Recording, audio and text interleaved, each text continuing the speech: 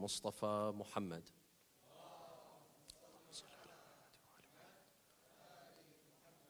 وعلى أهل بيته الطيبين الطاهرين وصحابته المنتجبين. First of all, I would like to thank my dear brothers and sisters at Iqra for giving me this opportunity to be able to be at your service tonight and 3 more nights, inshallah. The topic of our discussion is on Al-Qawa'id Al-Fiqhiyya.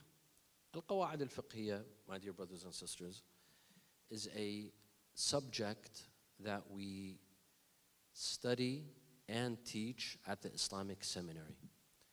So a jurist needs several tools. Amongst them is fiqh. Amongst them is hadith, the science of hadith, knowing the narrations of Ahl al-Bayt, mastering the narrations of Ahl al-Bayt. Among them is Al-Qawa'id Al-Fiqhiyya, which are jurisprudential laws, or maxims. And because my time is limited, I suggested to the brothers and sisters at Iqra that we will choose 4 jurisprudential laws that I feel are necessary, they're important, and we'll discuss them in depth.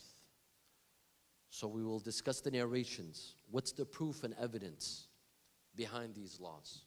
What's the justification? How can we apply them? In what cases are they applied? What cases are they not applied?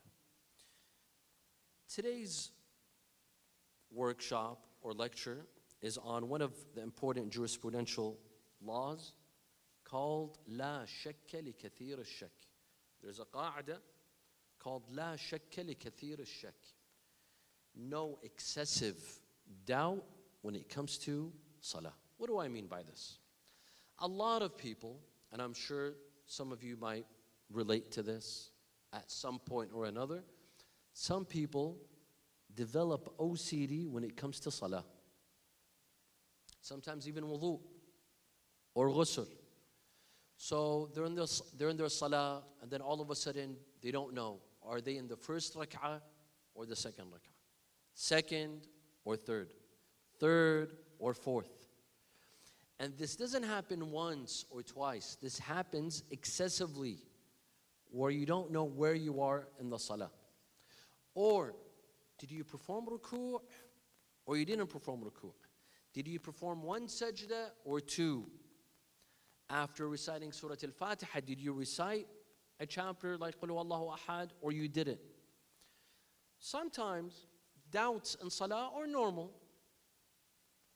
It's normal to have a doubt in your salah. And by the way, doubts in salah, they do have a reason. And the reason is, a lot of times we're absent-minded in salah. As soon as we begin our salah, our mind starts to wander right, left, on social media. What am I having for dinner tonight? Who am I meeting tomorrow? What movie am I watching later on? So on and so forth. Our mind starts to wander in the middle of salah, and then all of a sudden, I realize, I don't know. Am I in the first rak'ah or the second? Did I say takbirat al-ihram? Did I perform ruku'? Did I perform sujood? We don't know. So it's because of being absent-minded. If we were to pay attention to our salah and concentrate, our doubts in salah would definitely reduce drastically if we were to pay attention.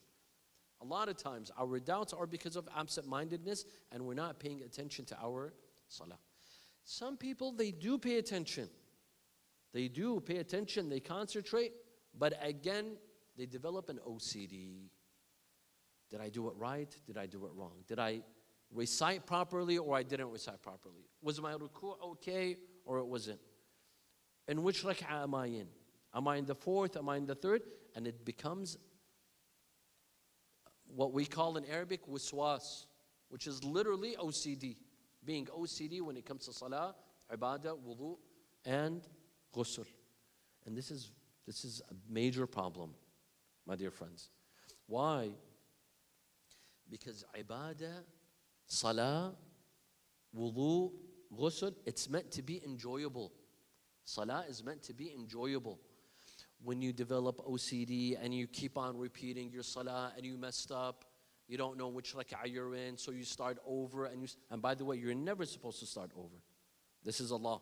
You could always fix your salah. Always.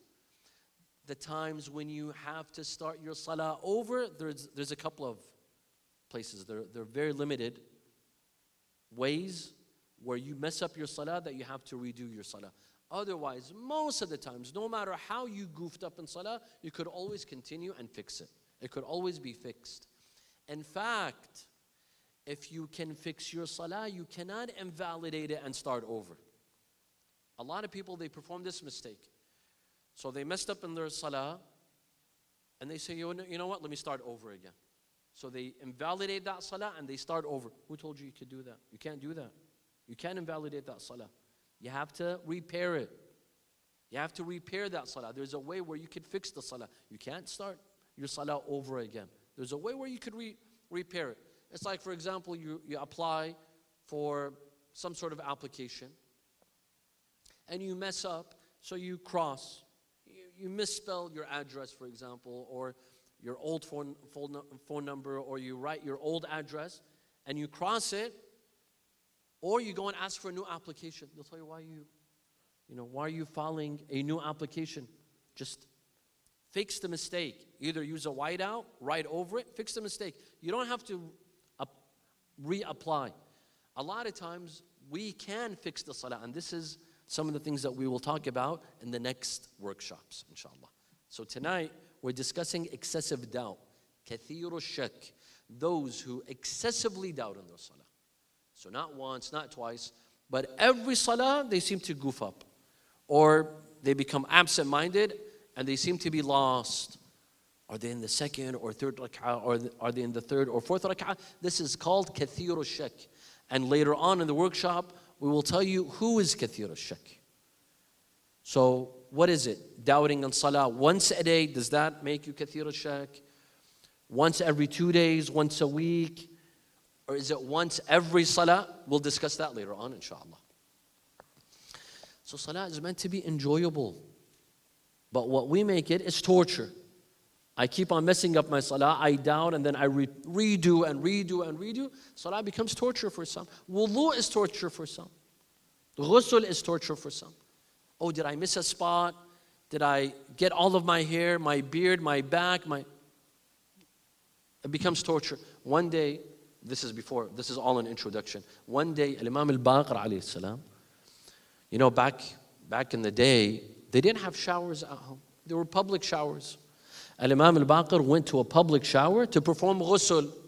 He came out, someone told him, Yabna Rasulillah, you missed a spot on your back. The haram police, there's always haram police everywhere. They have to correct you. Your hijab is this, you have hair coming out, your wudu, there's always police officers, self-appointed sheriffs telling people what to do. So this guy thought, holier than thou, teaching the imam, he told the imam that you missed a spot on your back. The imam told him, first of all, you didn't have to tell me. You didn't have to tell me. My ghusl would have been perfectly fine. There was no need for you to tell me that there was a problem with my ghusl. Number two, the imam got his hands underwater. He wiped his back, and that's it. Now, if it was me and you, we would have redone our ghusl. We would have redone our ghusl. You don't need to. We have easy laws in Islam, my dear friends. You just need to be aware of them. When it comes to salah, wudu, ghusl, our laws are very lenient. With ghusl, even if an hour later, this applies to some of the sisters. Why? If you have mascara, is it mascara or eyeliner? Maybe both. Maybe both. Later on, after your ghusl, you realize that wudu didn't get to, for example, your eyelashes. That's eyeliner, I think. It didn't get to, or mascara, I don't know. It didn't get to your eyelashes. Usually sisters do what in this case? They go back and they redo their ghusl. You don't need to redo your ghusl. Grab water, pour it on your eyes, make sure that it got to all of your eyelashes, you're done. You're safe. You don't have to redo everything. While a lot of people, in most cases, they come and they redo their wudu, their ghusl, their salah. So this is problematic.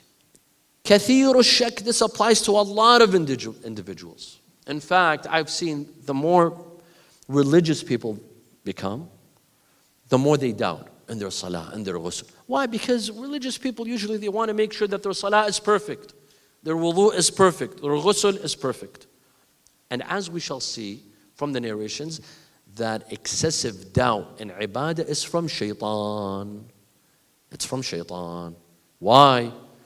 Because if shaitan wants to get to religious people, how? By drinking, we don't listen. Gambling, alcohol. What's shaitan's gateway to a mu'min? Well, it's not going to be through gambling. It's not going to be through drinking. It's not going to be through eating pork. He knows that's not going to happen. He comes through what? Ibadah. He comes through salah. He comes through wudu or ghusl, and he messes. And we will see that in the coming narrations, inshallah. So this principle in fiqh called la shakka li kathir al-shak, no doubt for excessive doubt. That if you excessively doubt in your salah, in your wudu, in your ghusl, you do not. Well, first it's salah. Let's talk about salah, and then later on we shall see that does this law apply to wudu and ghusl as well, or only salah? We'll see that at the end. If you excessively doubt in your salah, you don't pay attention to it. What do I mean you don't pay attention to it? Let me ask you a question. If someone doubted whether he or she, they're in the third rak'ah or the fourth rak'ah, what do? You may answer. What do you do in this case? If you don't know, you're in the third or the fourth rak'ah, what do? Ahsant. You finish you say, I'm in the fourth. If you don't know, you're in the third or the fourth. You say, I'm in the fourth. You finish that salah. You get up and you perform one rak'ah. A salah of one rak'ah. Allahu Akbar. You recite Alhamd, Ruku', Sajdatain, Tashahhud, Taslim, and you're done. Correct? So this is a law pertaining to doubts on adad al-raka'at, the number of raka'at. Another example, you are still standing. You just recited Surah Al-Fatiha. And you recited Surah Qul Huwa Allah. And you don't know for a second, you don't know whether you performed ruku' or you didn't. In this case, what do you have to do? You don't know. You're still standing. And you don't know, did you perform ruku' or you didn't perform ruku'? In this case, you perform ruku'. In this case, you perform ruku'. Why? Because you're still in that position. And we'll talk about this in the coming nights. There's a principle called qa'idat at-tajawuz. Qa'idat at-tajawuz. We'll explain what that means later on, inshallah, in the coming nights. But if you are a person who has excessive doubt, you don't pay attention to that doubt. You don't perform ruku'. You don't perform that extra rak'ah of ihtiyat after salah. Or, for example, you're performing tashahhud. Or, yes, after the first rak'ah, instead of standing up for the second rak'ah, you accidentally recite tashahhud, thinking that you're going towards the third rak'ah. But you're actually you just finished the first rak'ah and you're going towards the second rak'ah. So you, by accident, you recite tashahhud. Here, what do you have to do? After salah, you perform, who can tell me? Sajdatay as-sahu. You perform two sajdatain, called sajdatay as-sahu. The two sajdas of doubt. But if you are an excessive doubter, if you have excessive doubts, you don't need to. So this is what this qa'ida entails, this principle entails. That if you're a person who has excessive doubts in salah, in how many rak'ahs, in ruku', in sujood, you do not need to act upon that doubt. In fact, you cannot act upon that doubt, as we shall see. Now, I'd like to read to you some of the narrations as proof and evidence for this principle. قاعدة لا شك لكثير الشك. It has to have evidence and proof. And because this is a upper level seminar, we'd like to study the evidence. So there's a narration. This is in Al-Kafi, volume 3, page 358. And the narration is sahiha. So this is an authentic sanad. A sanad with a strong chain. صحيحة زرارة وأبي بصير قال قلنا له. So they're asking Imam al-Sadiq. They tell him الرجل يشك كثيرا في صلاته حتى لا يدري كم صلى ولا ما بقي عليه. They tell him a man has excessive doubts to the point that he has no idea how much he's prayed. Is he in the first rak'ah, or the second, or the third, or the fourth? Can you believe it? There are some people, they're like that. On salah, they become completely lost and completely clueless, where they don't even know which rak'ah they're in. If you were to ask them, are you in the third rak'ah? They're like, I don't know. It could be the fourth, it could be the second. To that degree. كم صلى ولا ما بقي عليه. So he doesn't know how many rak'ahs he's prayed, and he doesn't know how many that he needs to pray. قال يعيد. The Imam said he has to repeat his salah. قلنا له فإنه يكثر عليه ذلك كلما عاد شك. They tell him, but no, this happens to him regularly. So it doesn't happen once in a blue moon where he doubts his salah. He doubts where he is in his salah. This happens regularly. يكثر عليه ذلك. The Imam says يمضي في شكه, which means he disregards his doubt.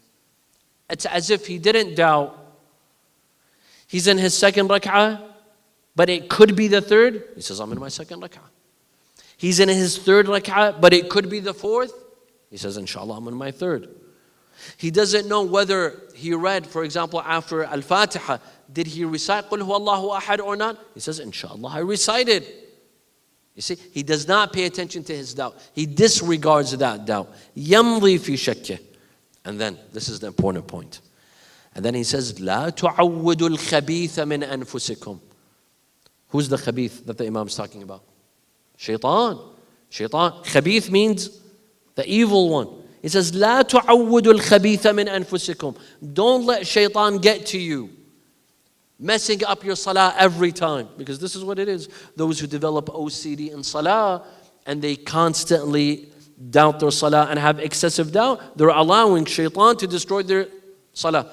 لا تعودوا الخبيث من أنفسكم بنقض الصلاة. By ruining your salah. You ruin your salah and you start over. Well, guess what? When you give him room, when you give shaitan room to destroy your salah the first time, he'll come again and again and again. And every time you pray, you find yourself doubting. Oh, did I have wudu? Did I not have wudu? Did I break my wudu?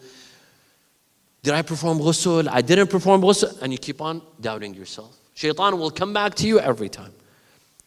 فَإِنَّ الشَّيْطَانَ خَبِيثٌ يَعْتَادُ لِمَا عُوِّدْ. Shaitan, if you give him leeway, if you give him room to allow you to doubt in your salah, he'll come back again and again. So what do you do in this case? You don't pay attention to your doubt. You don't give him room for you to doubt yourself. When you stop and you say, no, inshallah, my salah is sahih, I prayed correctly, I performed the 3 rak'ahs, for example, I did recite قُلْ هُوَ اللَّهُ أَحَدٌ, I did do my ruku', shaitan won't come back to you again. ولا يكثرن نقض فإنه إذا فعل ذلك مرات لم يعد إليه. If you stop doubting yourself, shaitan will stop coming to you. طيب. So this is one narration. Another proof and evidence for this principle, قاعدة لا شك لكثير الشك الصحيحة محمد بن مسلم. This is in تهذيب الأحكام. As the brothers and sisters know, that we have 4 main books of hadith. 4 main books of hadith. The first is what? Al-Kafi. Al-Kafi is at the forefront. Al-Kafi by Al-Shaykh Al-Kulayni is at the forefront of all of our books of hadith. It's the most accurate, it's the most precious of all of our hadith books. And then, من لا يحضره الفقيه by Al-Shaykh Al-Saduq, تهذيب الأحكام and Al-Istibsar, and these 2 are by Shaykh al-Tusi. These are our four main books of hadith. So this hadith is in Tahdhib al-Ahkam by Shaykh al-Tusi. And it's on the authority of Muhammad ibn Muslim. And again, the chain of narrators is authentic, صحيحة. عن أبي جعفر, on the authority of Imam who's Abi Ja'far? Imam al-Baqir. Ja'far is Imam al-Sadiq alayhi salam. So this is Abu Ja'far, Imam al-Baqir. قال إذا كثر عليك السهو. Sahu is the same as shak. Shak and sahu are the same. They're synonymous. And they both mean doubt. إذا كثر عليك السهو. If you excessively doubt, فامضي على صلاتك. Continue praying. Do not break your salah. Don't invalidate your salah. Don't say I will start over. Or let me act upon that doubt. No. امضي على صلاتك. فإنه يوشك أن يدعك. If you do not pay attention to your doubt, the OCD will go. A lot of people, they ask, Sayyid, what's the best solution for OCD? The solution is not to pay attention to your doubt. Don't pay attention to your doubt. Do not keep on repeating your salah. When you do that, the OCD only increases. The wiswas and salah only increases. إنما هو من الشيطان. Again, the Imam is emphasizing that narration was Imam al-Sadiq. This narration is Imam al-Baqir. That your OCD and salah, your excessive doubt is from shaitan. Shaitan is doing this to you. We have other narrations. We have Mursalat ibn Sinan. إذا كثر عليك السهو فامضي في صلاتك. We have a couple of other. This narration, this is Muwaththaqat Ammar. Again, the chain of narrators is reliable. On the authority of Ammar, who is a companion of Imam al-Sadiq. He says, فَالرَّجُلْ يَكْثُرُ عَلَيْهِ الْوَهْمِ فِي الصَّلَاةِ. Wahm is another terminology. So we have ash-shak, we have al-wahm, we have as-sahu. And they're used interchangeably. All three of them means doubt. He who doubts in his salah. فَيَشُكُّ فِي الرُّكُوعِ فَلَا يَدْرِي رَكَعَ أَمْ لَا. He doubts whether he performed ruku'. Did he or did he not? وَيَشُكُّ فِي السُّجُودِ فَلَا يَدْرِي أَسَجَدَ أَمْ لَا. And he doubts his sujood. He doesn't know, did he perform his sujood or not? فَقَالَ لَا يَسْجُدْ وَلَا يَرْكَعْ. خلاص, don't pay attention to your doubt. Don't perform your ruku'. Don't perform. When he means لَا يَرْكَعْ, means he doesn't do an extra ruku'. You already did your ruku'. Don't do an extra ruku'. Don't do an extra sujood. لَا يَسْجُدْ وَلَا يَرْكَعْ وَيَمْضِي فِي صَلَاتِهِ. And he continues in his salah. So, from what we gather from these narrations is that a person should not pay attention to his doubt in salah. Whether he doubts that he performed a juzu' like Surah Al-Fatiha or Qul Huwa Allah, for example. Or he doubted a rukun in salah, a pillar in salah, like what? Like ruku' and sujood. Or whether he doubted in a rak'ah of salah. Is he in the second rak'ah or the third or the fourth? You should not pay attention. And according to these narrations, you do not need to perform that rak'ah of ihtiyat, that extra rak'ah of ihtiyat. You don't need to perform it. And you do not need to perform sajdatay as-sahu. With excessive doubt, none of this is necessary. Yes, all of these narrations are talking about what? Not just kathir as-sahu. In which ibadah? Salah. So up till now, we proved that qa'idat la shakka li kathir ash-shak only pertains to salah. And this is the popular opinion. This is the popular opinion among scholars, that this principle, which is a very important principle, that eradicates OCD in salah, it only pertains to salah. However, bear with me, towards the end of the lecture, we'll prove that it also pertains to wudu as well. Although that is not the popular opinion. Most of the ulama, they said that this principle only applies to salah. But we found a narration where the imam mentions wudu as well, and if it applies to wudu, that's very helpful. That's very helpful because a lot of times, you're in your wudu, especially when you get up for Salat al-Fajr and you're still sleepy. And, you're sleepy and you don't know what you're doing in wudu. This happens to me a lot of the time, a lot of times.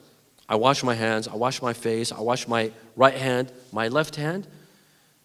And then when I want to go for my feet, I doubt, did I wipe my head or I didn't wipe my head? This happens a lot. So here I'm stuck in a dilemma. Should I wipe my head? If I already did it, that's going to be a second time. I don't wipe my head and go straight to my feet. I might be missing a portion of wudu. And the same thing goes for ghusl.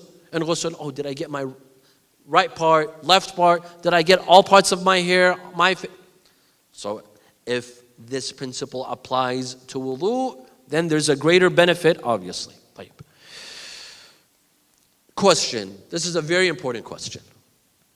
So now that we're discussing this principle with its proof, with its evidence, if a person has excessive doubt, basically once every 5 prayers or once a day you doubt, whether it's in Salatul Subuh or Dhuhr or Asr or Maghrib or Isha, in one of the Salats you have a doubt. In the adad al-raka'at, you're not sure, are you in the first raka'ah, second raka'ah, third raka'ah, fourth raka'ah? By the way, and this is something extra. If you don't have excessive doubt, we're talking about excessive doubt. No, if you're a normal person, I'm sorry, I don't mean to say that a person who has excessive doubt is not normal. It's become the norm, actually. It's become, to have excessive doubt in ibadah has become the norm. But let's say you don't have excessive doubts. If you doubt, maybe some of you already know this. If you doubt whether you're in the first rak'ah or the second rak'ah, your salah is what? Invalidated. Whether it's in Subuh, Dhuhr, Asr, Maghrib or Isha, if you doubted whether you're in the first or second rak'ah, immediately your salah is invalidated. Again, this is if you don't have excessive doubts. For Salat al-Maghrib as well, if you doubted whether you're in the first or second and third, in Salat al-Maghrib, your salah becomes invalid. It's only in Salat al-Dhuhr, Asr and Isha, if you doubted whether you're between the second and third rak'ah, or the third and fourth, or the fourth and fifth, where there's room to fix your salah. But if the doubt was between the first and second rak'ah, that salah is invalidated. Yes, sister, did you want to ask something? Okay. Am I confusing you? Is it too much? I'm sorry. I'm so sorry for confusing you. Maybe we could talk more about this later on or during the Q&A. The question is this. If someone has excessive doubts, kathir al-shak, and we'll mention who has excessive doubts, because this is important. Is it once a day, once a week, once every salah? We'll talk about this in a minute. But this is important. If someone has excessive doubts, do they not need to pay attention to their doubt, or should they not pay attention to their doubt? Does this make sense? The first is called rukhsa. That means the choice is yours. You can pay attention to the doubt, you cannot pay attention to the doubt. What do I mean pay attention? It means act upon it. So if you doubted whether you're in the third or the fourth rak'ah, if you don't have excessive doubts, we said, what do you have to do? You say, I'm in the fourth rak'ah, and after salah, you perform 1 rak'ah of ihtiyat. This means you act upon your shak, your doubt. Now, if you have excessive doubts, do you have the option of acting upon it, or you don't have to act upon it? Or no, you don't have to. You don't have the option. You must not act upon your doubt. Here, most of the ulama, they say you cannot act upon your doubt. If you acted upon your doubt, your salah becomes batil. Your salah becomes batil. Let me give you an example. You're in salah, and you don't know whether you perform ruku' or not, and you have excessive doubts. So you're kathir al-shak. You have excessive doubts. You're kathir al-shak. And you're not sure, did you perform ruku' or not? If you do that extra ruku', your salah becomes batil. You should say, no, inshallah, I've done my ruku'. You should say, no, inshallah, I've done my sujood. If you act upon your doubt and you say, just in case, let me perform that ruku'. Just in case, let me perform that extra sujood. If you want to take that extra mile and you are an excessive doubter, you are a kathir al-shak, you are actually invalidating your salah. You see? Most of the ulama, they say, if you're a kathir al-shak, do not act upon your doubt. Continue with your salah. You doubted whether you perform ruku', you say, inshallah, I did. You don't know whether you perform sujood, you say, inshallah, I did. You doubted whether you're in the second or the third rak'ah, you say, inshallah, I'm in the second, and you finish your salah. Do not say, no, inshallah, I'm in the third, and after salah, you do an extra rak'ah of ihtiyat. You cannot. This is called azima. Not azima to eat food. Not that type of azima. There's rukhsa and azima. What does that mean? Let me explain these two terminologies. Rukhsa is that you have the option of doing or not doing. Azima is you must take the easier route. Rukhsa is that you can take the easier route or you can take the harder route. Let me give you an example. There are 4 places where you have the option of praying full or qasr. Where? In Mecca, in Medina, Ba'ad. Where? In Masjid al-Kufa and in the shrine of Imam Hussein alayhi salam. According to Sayyid Sistani, 11 meters around the shrine of Imam Hussein. Here, Salat al-Qasr is rukhsa, meaning you have that option. You can pray full and you can pray qasr. That's rukhsa. You have that option. But when traveling, you go up north for the weekend. When you pray qasr, is that rukhsa or azima? That's azima. You have to take the easier option. You don't have the choice. That's azima. طيب? That you have to take the easier option. Now, لا شك لكثير الشك. No excessive doubt for those who doubt too much.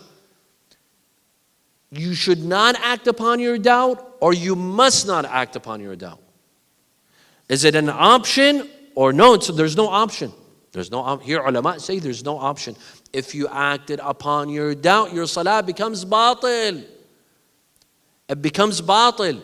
Here you cannot act upon your doubt. Khalas. Why?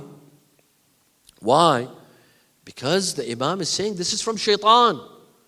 By acting upon your doubt, you're actually obeying shaitan. The Imam says, إِنَّمَا هُوَ مِنَ الشَّيْطَانِ. You're giving shaitan leeway to control your ibadah. And hence you should not. And in another hadith, the Imam says, لَا يَرْكَعْ وَلَا يَسْجُدْ. A person he doesn't know, did he perform ruku' or not? He says, لَا يَرْكَعْ. You should not perform ruku'. He doesn't know, did he perform 2 sajdas or 1? And he excessively doubts. The Imam says, لَا يَسْجُدْ. No. He should not perform ruku'. He should not perform sujood. Not that he has the option whether he should or he shouldn't. No. It's not an option. It's a matter of azima. You have no option other than to take the easier route and not pay attention to your doubts. طيب. So this is the opinion of the majority of scholars like Al-Mirza Na'ini, Sayyid Muhsin Hakim, Sayyid Al-Yazdi in his Al-Urwat Al-Wuthqa. Al-Urwat Al-Wuthqa is a very well-known book in fiqh. Sayyid Al-Yazdi was about 200 years. He lived 200 years ago. He wrote a very famous book called Al-Urwat Al-Wuthqa, which was a risala amaliyah. A lot of our ulama, they came and they wrote a commentary on it, including Sayyid Sistani, including Sayyid Al-Khoi. So it's a very important book in fiqh. It's called Al-Urwat Al-Wuthqa. So there, Sayyid Al-Yazdi, and anyone who wrote a commentary on Urwat Al-Wuthqa says you don't have an option. Not acting upon your doubt is a azima, it's not a rukhsa.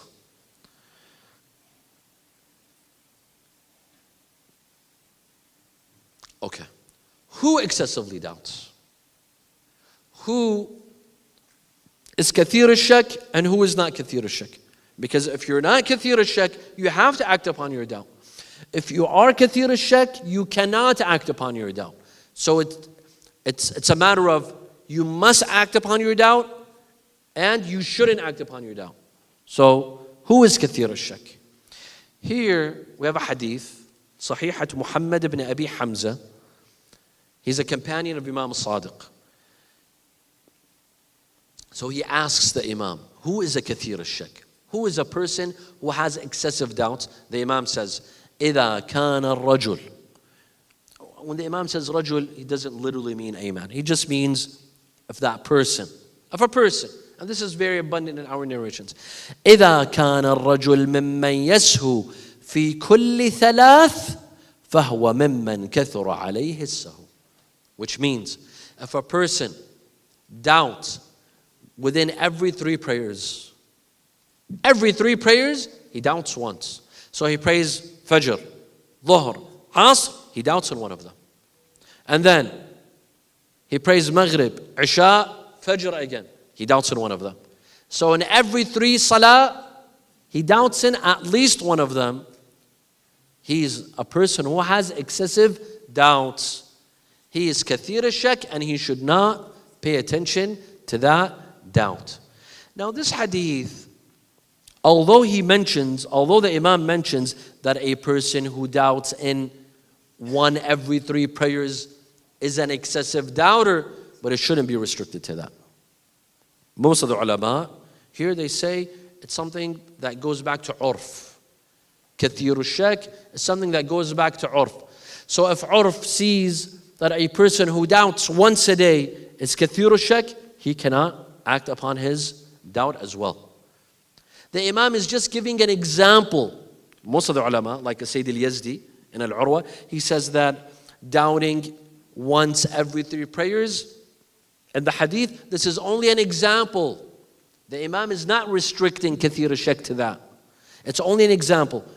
So for example, maybe doubting once a day. If you doubt once a day and you mess up your salah, you don't know in which rak'ah you're in, or you don't know, did you perform wudu or you didn't? Did you, in salah of course. In salah, you don't know whether you had wudu or not, you performed ghusl or not.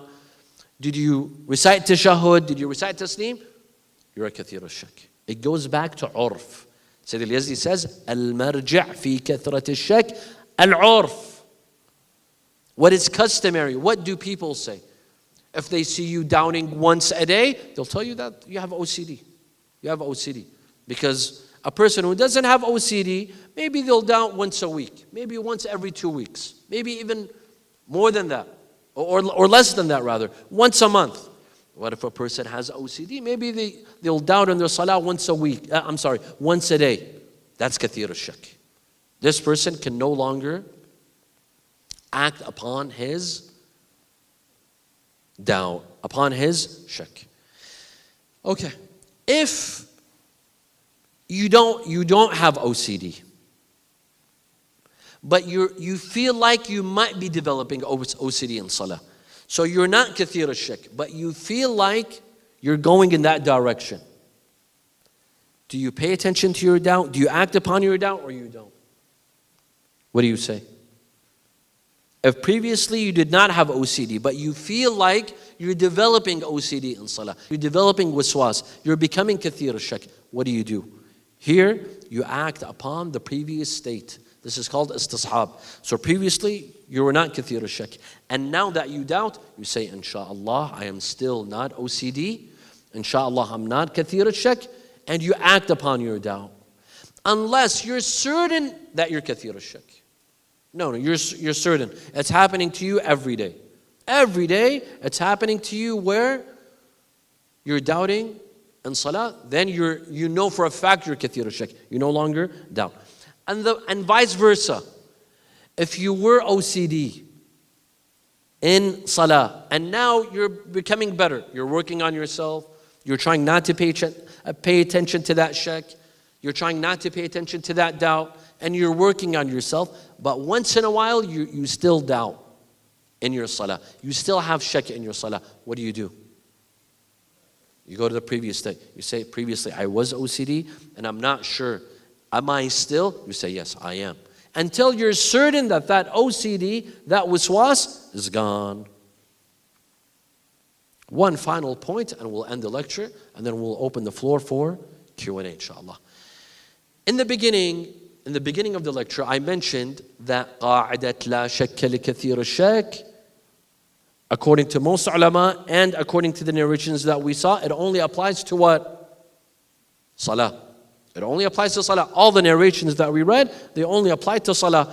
And most of the ulama, they believe that قَاعِدَةْ لَا شَكَّ لِكَثِيرِ الشَّكِّ only applies to Salah. However, I found this narration, and it has a sahih sanad. Again, this is an accurate chain of narrators.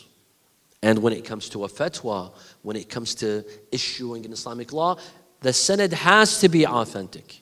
You cannot rely on any narration in Al-Kafi or Tahdhib or Istibsar or Malahid al-Faqih. You have to study the chain of narrators, and hence the jurist has to master ilm al-rijal to be able to decipher, is this chain authentic or not authentic?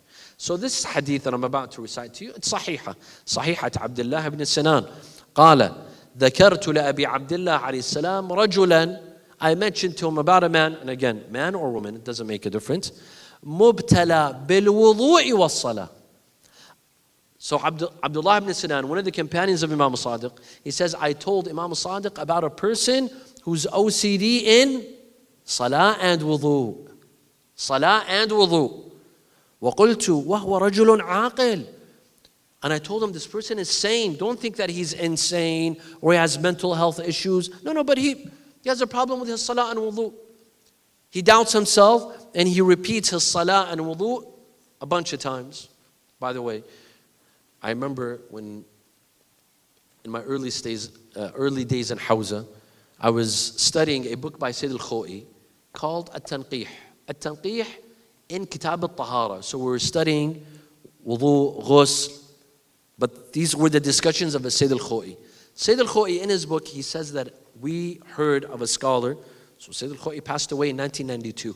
He says, when we were studying in Hawza, we heard of a scholar who had OCD, who would perform ghusl in a river, not a shower, just to make sure that there's plenty of water. He would go to a river and he would enter at noon. He would get out of the river right before sunset, because he would keep on leaving. Oh, I didn't get it right. Goes back in. Oh, maybe I missed a spot. And he would go back in and go back in. And this is disastrous. Some people ruin their ibadah, ruin their ghusl, their wudu, their salah because of excessive doubts. This is very real. And I've seen people that are suffering. I've heard of individuals that are suffering because of salah. And as I mentioned in the beginning, salah is meant to be enjoyable. Wudu is meant to be, even wudu. For most of us, wudu is just an act of washing our hands and face. No, wudu is ibadah. It's meant to be enjoyable. It's meant to be an act that makes me closer to Allah Azza wa Jal. It's not just washing my hands and face. It's not a regular washing. It's ritual washing. We call it tahara. Wudu is called tahara. It's ritual washing. It's meant to be enjoyable. It's meant to make us closer to Allah Azza wa Jal. And we have narrations that even if you have wudu, you can perform wudu again. And al-wudu'u nurun, wal-wudu'u ala al-wudu' nurun ala nur. Wudu is light, and wudu over another wudu is light over light. طيب. So the Imam, he says, رجل مبتلى بالوضوء والصلاة. And he's saying, the Imam says, وأي عقل له وهو يطيع الشيطان. You're telling me he's sane, but he's obeying shaitan. By acting upon his doubt and having excessive doubts, he's obeying shaitan. وَكَيْفَ يُطِيعَ الشَّيْطَانِ. So the narrator, he says, but how is he obeying shaitan? He's praying. It's not like he's gambling or drinking. He's praying. قال سَلْهُ هذا الذي يأتيه من أي شيء هو. Ask this person who has OCD. Tell him, why are you repeating your salah and ghusl and wudu so many times? I tell you it's from shaitan. We all know it. We all know it. It's not Allah telling me to repeat my wudu 10 times or repeating my salah 10 times. It's from shaitan. Shaitan is coming to me through my salah, through my ibadah. فَإِنَّهُ يَقُولُ لَكَ مَنْ عَمَلَ الشَّيْطَانِ. So he knows that he's obeying shaitan, and he does it regardless. So from this hadith, when he says رَجُلًا مُبْتَلَى بِالْوُضُوءِ وَالصَّلَاةِ, we understand that the law of لَا شَكَّ لِكَثِيرِ الشَّكِّ, the same way that it applies to salah, it also applies to wudu. I apologize if the lecture was too technical, but hopefully the brothers and sisters found it beneficial, inshallah, especially for those who have OCD when it comes to salah and when it comes to ibadah, and hopefully it could solve some of our problems. In the next workshops, inshallah, we'll discuss other principles of jurisprudential laws. We have لا تعاد الصلاة. As-salah should not be repeated. And this is a very important principle. We have the Muslim market rule, which is a very important principle, that when you go to a Muslim market, a Muslim-owned restaurant, market, supermarket, you may rely on them. But we'll discuss in detail what constitutes a Muslim market. And who can we trust, who we may not trust. And there's a third law, which is called Al-Islam وَيَجُبُّ مَا قَبْلَهُ. Islam eliminates that which is before it. What does this mean? What does it entail? How does it affect us? We'll discuss that thoroughly in the coming workshops, inshallah. Do we have any time for questions? If there are any questions, I'll be more than happy to take, inshallah. Wa sallu ala Muhammad wa ali Muhammad.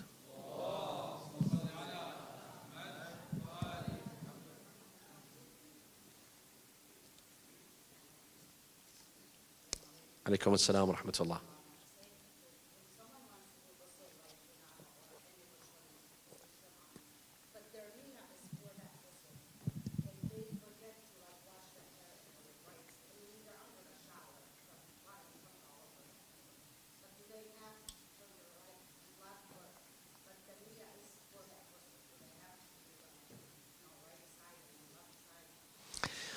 According to most of our ulama, that ghusl, you start with the head first. The head and neck and the hair. And then doing your right side before the left side, that's mustahab.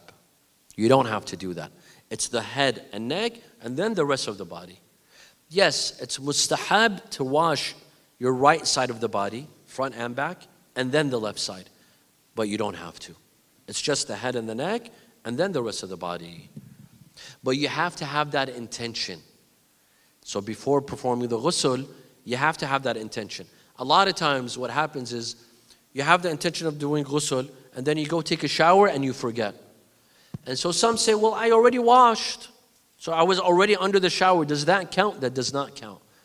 If you did not make the intention of ghusl right then and there, and you were not paying attention to the ghusl, it won't count as a ghusl. You have to be paying attention that it's a ghusl, and then you perform it. Yeah. So a lot of times, for example, I take a shower on Friday morning, and I have the intention of performing ghusl al-Jum'ah. I forget. Once I'm done, I remember that I didn't do ghusl al-Jum'ah. But I did take a shower. Is that enough? No, it's not enough. You would have to repeat it. Yeah. You can include more than one niyyah in one ghusl. In one ghusl. So, for example, on Fridays, on a Friday morning, you could perform in one ghusl, ghusl al-janaba, ghusl al-jum'ah, and for example, for some of the sisters who just finished their period, they can perform ghusl al-hayd as well. So 3 in 1. 3 in 1, that you can do that. One ghusl and it'll count for 3. You don't say wajib, you say qurbatan ila Allah ta'ala. Yes, because Salat al-Jum'ah is not wajib. You don't have to say wajib. You don't have to say the wujubi. أغتسل للجنابة قربة إلى الله تعالى. أغتسل للجمعة قربة إلى الله تعالى. That is enough. Yeah. My pleasure. Yes. Alaikum assalam wa rahmatullah.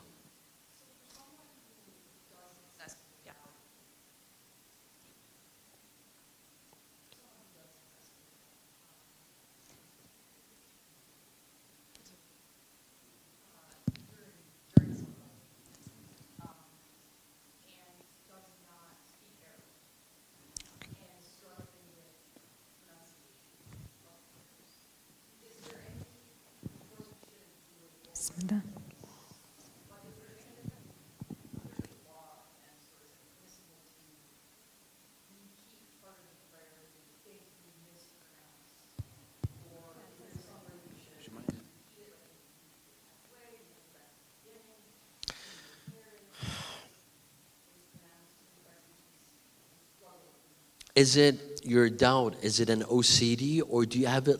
Do you have a legitimate ground for doubt?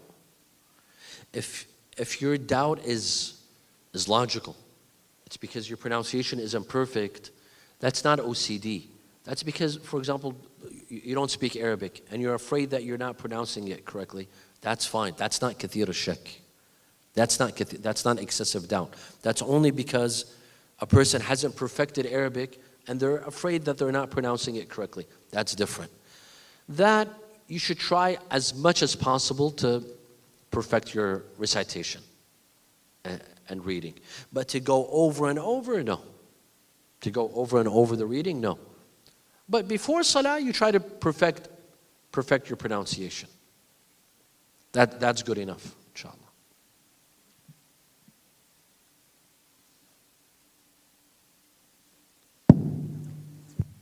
Alaykum as-salam wa rahmatullah. Is that working?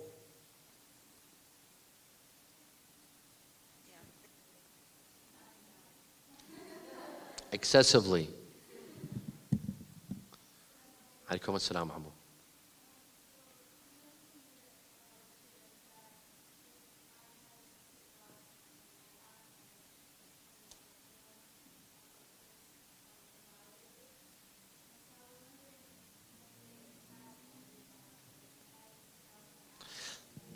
Let me clarify one thing. If it's excessive doubt in recitation, and it goes back to what the sister asked, reading it again will not invalidate your salah. But if it's excessive doubt in ruku' or sujood or the number of raka'at, that will invalidate your salah. So you don't know whether you did your ruku' or not, and you go ahead and do it, that will invalidate your salah. Because there's a chance you already performed ruku', and now you did it over, so you added an extra ruku' to salah, that will invalidate your salah. And we'll talk about this when we talk about qa'idat la tu'ad. In one of our sessions, inshallah, in the coming workshops, we will talk about a principle called la tu'ad as-salah. No repetition of salah. There are cases where salah should not be repeated, and there are cases where salah should be repeated. If you add an extra ruku' or sujood, you have to repeat your salah. But if you doubted whether you recited Qul Huwa Allahu Ahad and you did it over, that's fine. That does not invalidate your salah. That's fine.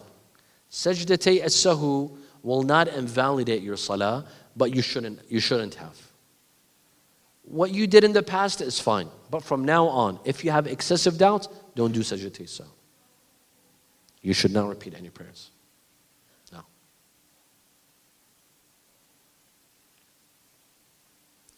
نعم سيدنا السلام عليكم ورحمة الله. Yes.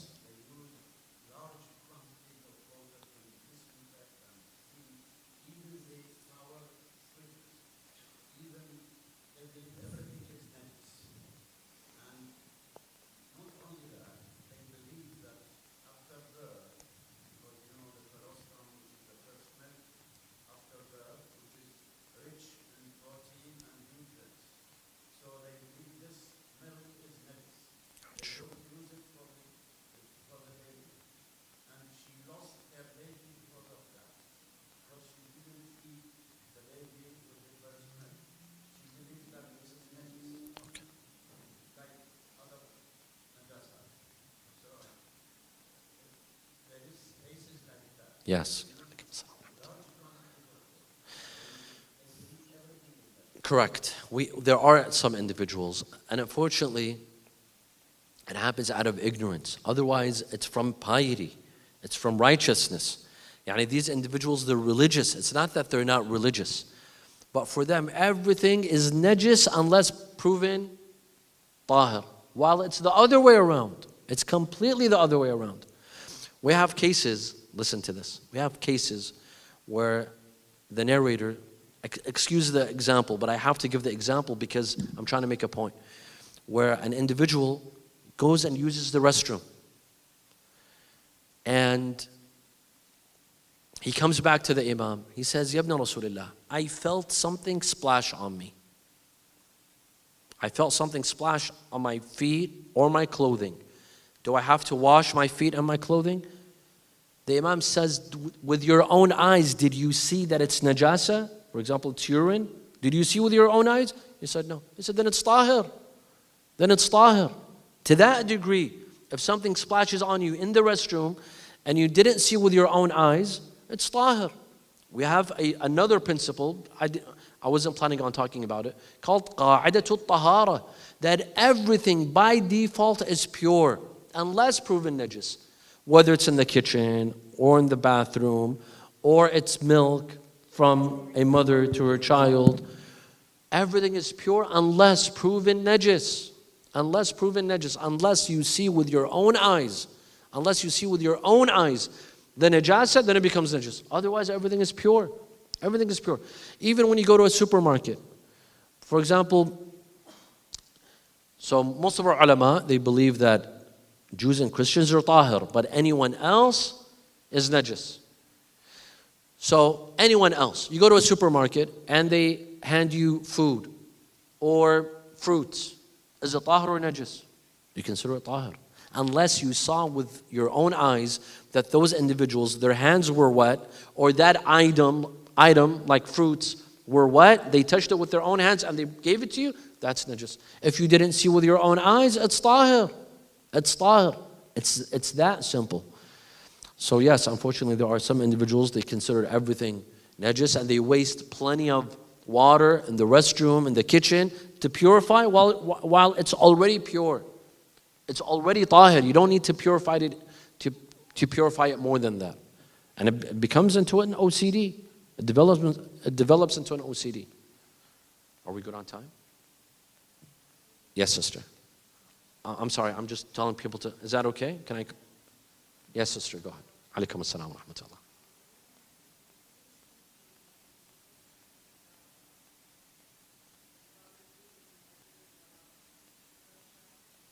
Yes.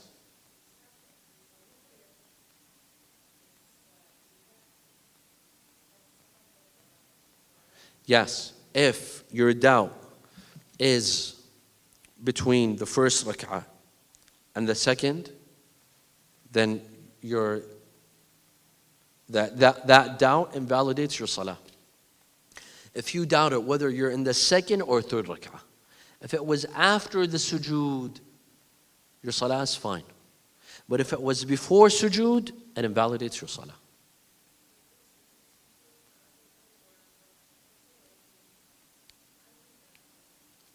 Okay. You have OCD in ibadah, then you don't pay attention to your doubt. Then you're safe. Then you're safe. Then you're safe. Because kathiru shak applies to you, then you don't pay attention to your doubt. You're safe. In which salah? Maghrib, dhuhr, asr. In dhuhr. You doubt whether you're in the third or the fourth? Let's say you're in Salat al-Dhuhr and you doubted whether you're in the third rak'ah or the fourth. You say, I'm in the fourth. You finish your salah and you perform one rak'ah of ihtiyat, which is Allahu Akbar. You recite Surah Al-Fatiha, ruku', 2 sajdas, tashahhud, taslim. With that niyyah. Niyyat Salat al-Ihtiyat. That's it. It's very simple. You don't need to, a lot of people, they end up invalidating their salah and starting over. You cannot. You cannot invalidate the salah and start over, because there's a way to fix that salah. Is by finishing it, you say, inshallah, I'm in the fourth, you finish your salah, and you add 1 rak'ah of ihtiyat. You cannot invalidate that salah. Yes, sister. Alaikum assalam wa rahmatullah.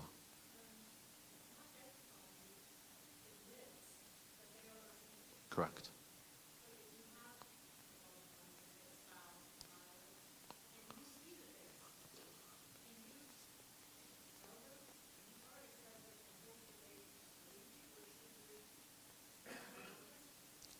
The choice is yours.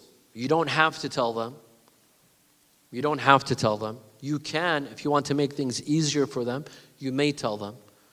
You may tell them that, listen, you're a person who excessively doubts in their salah or in their wudu, and for you, you don't need to act upon your doubt. Khalas, stop repeating yours. You can tell them, but you don't have to. You don't have to. What you could do, my dear sister, what you can do is that you tell them that if a person excessively doubts, this is what they should do. But you don't have to tell them they are OCD, because they might get offended. But you tell them that, for ibadah in Islam, those who do have OCD and have waswas, they don't need to act upon their doubt. You could teach them the hukum, but you don't need to teach them the mawdu'. You don't have to tell them that you are OCD. But you could tell them that if they aren't OCD, this is what they need to do. Alaikum assalam wa rahmatullah. Yes.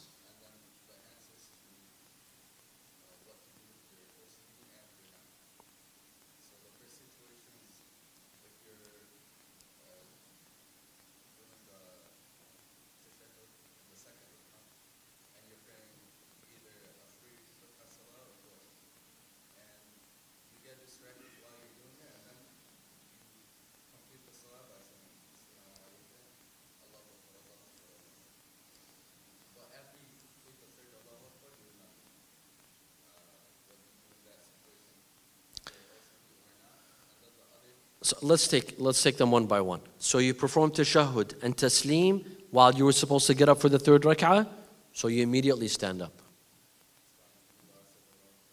Even if you said Allahu Akbar, you're still in the state of salah. But here you didn't doubt. Here you know that you messed up.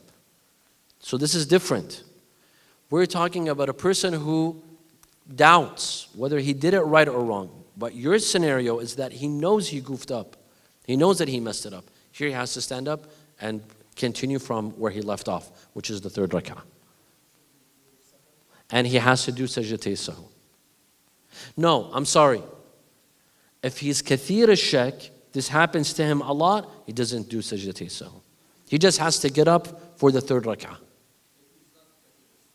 If he's not kathir al-shak, he has to do sajdatay sahu. Yes. Did I see a hand in the back?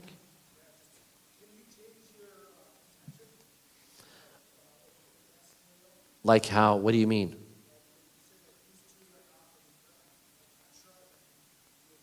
No.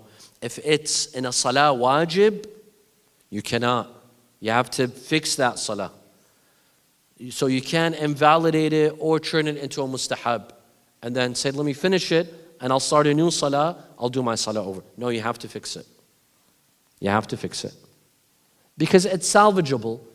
As long as it's salvageable, you have to fix it.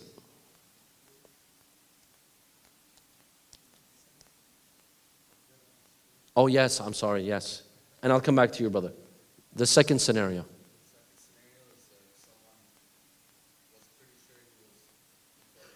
Okay.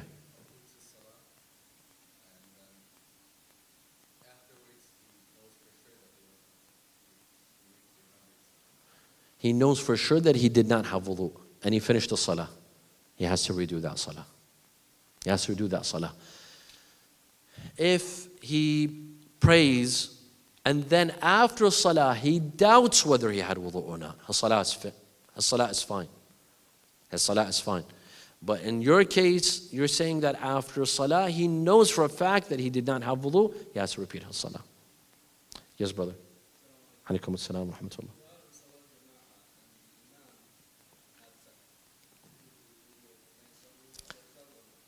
Ahsant. There's another principle. But unfortunately, because our time is limited and I already chose four specific principles, there's another principle called لا شك للإمام والمأموم مع حفظ الآخر. What does that mean? It's a bit different. Let me answer yours and then let me explain this. If the imam had a doubt and he messed up, but you didn't, he does sajdatay sahu, you do not. So for example, he's done with Salat al-Maghrib and he does the taslim. When he gets to Allahumma salli ala Muhammad wa ala Muhammad, he stands up for an extra rak'ah, which he shouldn't. He should finish his salah, but you didn't because you're paying attention. He got up, he has to do sajdatay sahu, not you. So then there's another principle. Then you have to do sajdatay sahu. Yes. There's another principle that I just mentioned, that if an imam has doubt, does he have to act upon his doubt if the ma'moom tells him what to do? So for example, after the first rak'ah, he doubted whether is he in the first or in the second, or is he in the second or the third? Should he stand up for a second rak'ah or continue for the third? But the ma'moom tells him, بِحَوْلِ اللَّهِ وَقُوَّتِهِ, means stand up, let's go for the second rak'ah. He can rely on him. The imam can rely on him, and vice versa. So if the ma'moom, the one praying, the one following, he goofs up, he thinks that he should do tashahhud, while the imam says, بِحَوْلِ اللَّهِ وَقُوَّتِهِ, he stands up for the second rak'ah, he may rely on him. So his salah is not invalidated. Because we said if you doubt between the first and second rak'ah, your salah is invalidated. But the imam can rely on the ma'moom, and the ma'moom can rely on the imam in such a case. Yes, sir.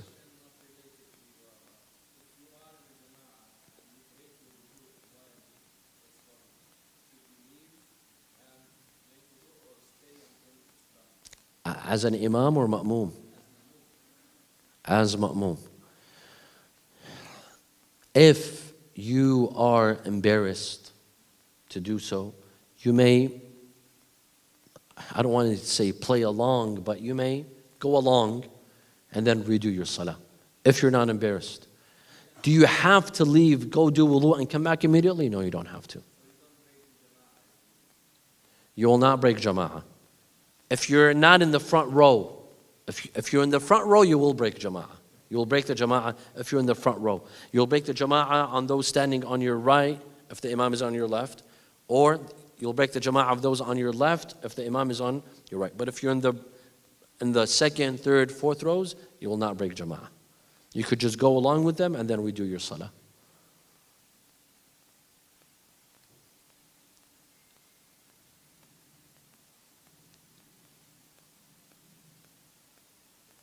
Go ahead, Ammu. Alaikum assalam wa rahmatullah.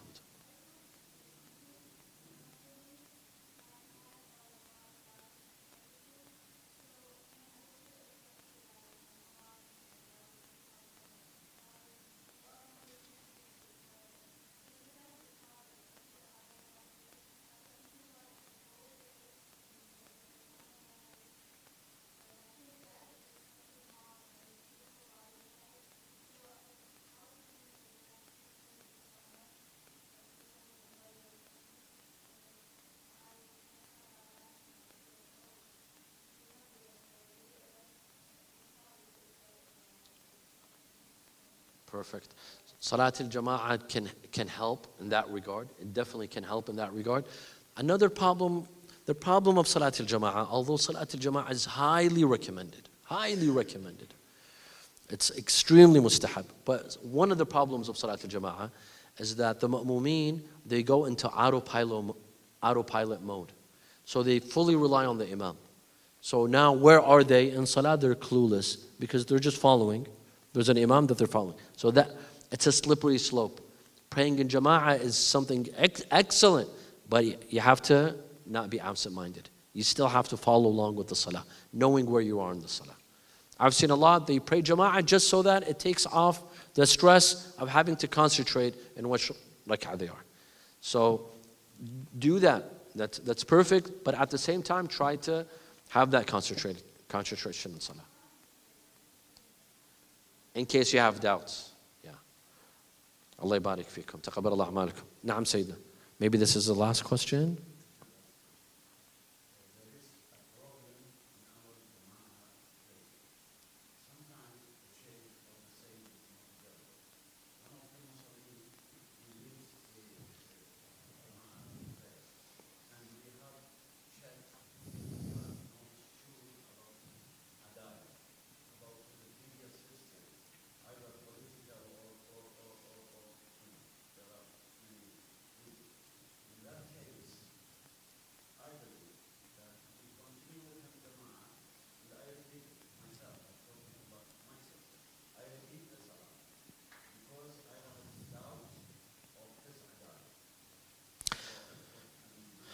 if you you completely don't know, is he religious, is he not religious, is he adil, is he not, then you cannot pray behind him. But if a good number of the community prays behind him, to the point where it gives you certainty, اطمئنان, that this person is adil, otherwise all these community members, they would not stand and pray behind him. He has to have some degree of adala. If that gives you certainty, you may pray behind him. You may pray behind him. Adala is not something that cannot be reached and it's unattainable. No, my dear friends. We make it difficult.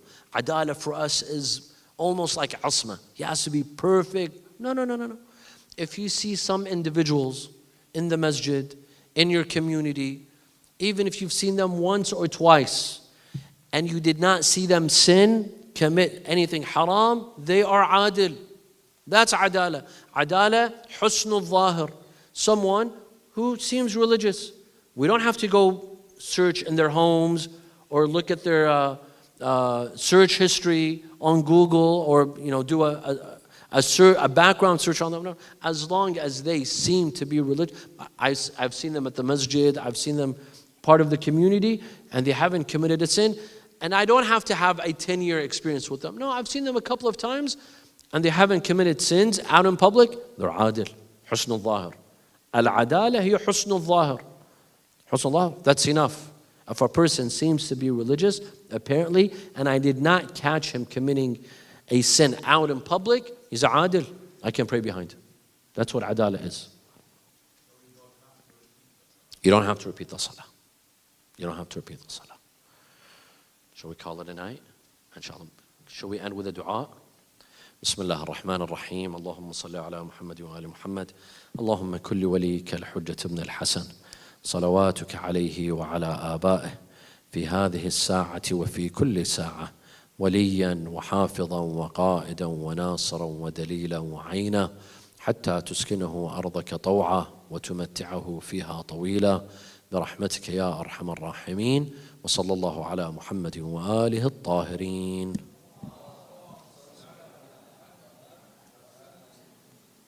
أحسن الله إليكم. الله يخليكم. الله يخليكم. يطول عمركم. Forgive me for my shortcomings. No, it was wonderful. Thank you. It was perfect. We appreciate it.